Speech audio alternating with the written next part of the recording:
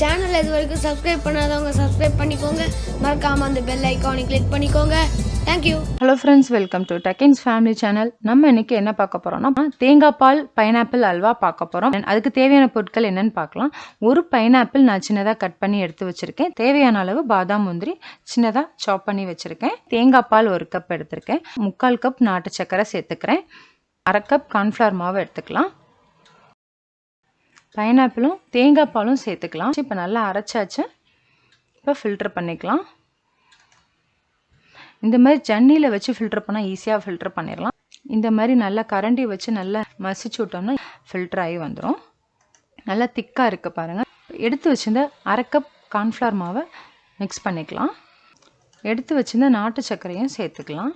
எல்லாம் சேர்த்து மிக்ஸ் பண்ணதுக்கப்புறமா லாஸ்ட்டாக இன்னொரு தடவை ஃபில்டர் பண்ணிக்கலாம். நாட்டு சர்க்கரை நல்லா கரைஞ்சிருச்சு. கார்ன்ஃப்ளவர் மாவும் நல்லா கட்டி இல்லாமல் கரைச்சாச்சு. ஜன்னியில் வச்சு ஃபில்டர் பண்ணிக்கலாம். இப்போ ஃபில்டர் பண்ணியாச்சு. இப்போ அல்வா செய்ய ஆரம்பிக்கலாம். பைனாப்பிள் ஜூஸை சேர்த்துக்கலாம். போட்டோன்னே கொஞ்சம் நல்லா திக்காக வந்துடும். 2 ஸ்பூன் நெய் சேர்த்துக்கலாம். இப்போ ஒரு 10 நிமிஷம் கழித்து பார்க்குறோம். நல்லாவே கொஞ்சம் கலர் சேஞ்ச் ஆகிருக்குது. இன்னொரு ஸ்பூன் நெய் சேர்த்துக்கலாம். அல்வானாலே கொஞ்சம் லேட்டாக தான் செய்யும். பபிள் ஸ்டாப் ஆனாலே அல்வா ரெடி ஆயிடுச்சுன்னு அர்த்தம். ஒரு பிஞ்ச் சால்ட்டு சேர்த்துக்கலாம். இப்போ ஒரு 10 நிமிஷம் கழித்து பார்ப்போம். ஒவ்வொரு 10 நிமிஷம் கழிச்சு ஒரு ஸ்பூன் நெய் சேர்த்துக்கலாம். ஒரு 10 நிமிஷத்தில் அல்வா ரெடி ஆயிரும். கரெக்டாக அந்த அல்வா ரெடி பண்ணால் 1/2 அன் ஹவர் ஆகும்.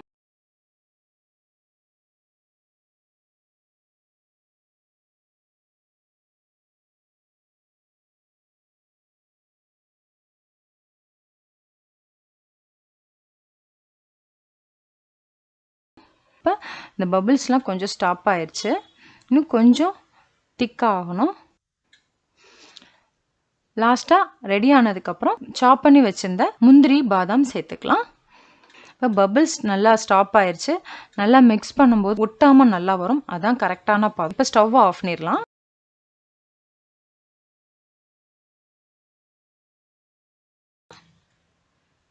நான் கேக் டின்னில் எடுத்திருக்கேன். கேக் டின் இல்லைன்னா நார்மலாக பிளேட்டில் கூட நீங்கள் நெய் தடவி வச்சுக்கலாம். அல்வாவை கேக் டின்னில் சேர்த்துக்கலாம். ஒரு 1/2 அன் ஹவர்லேயே செட் ஆயிரும்.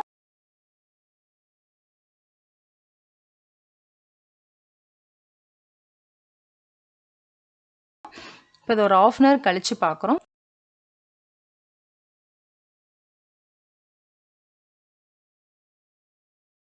இப்போ கட் பண்ணிக்கலாம்.